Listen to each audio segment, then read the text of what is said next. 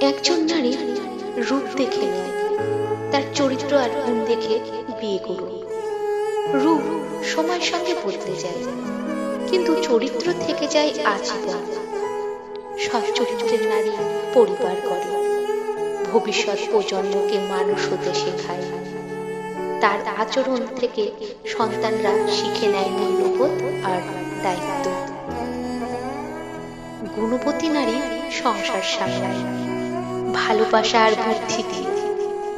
সংসার শুধু সৌন্দর্যে টিকে থাকে না, টিকে বোঝাপড়া আর ধৈর্যে। মনে রেখো, রূপহীন বলেও অনেক নারী চরিত্রবান ও গুণী। তাই অসুন্দর বলে কাউকে অবহেলা করো না। মানুষের আসল পরিচয়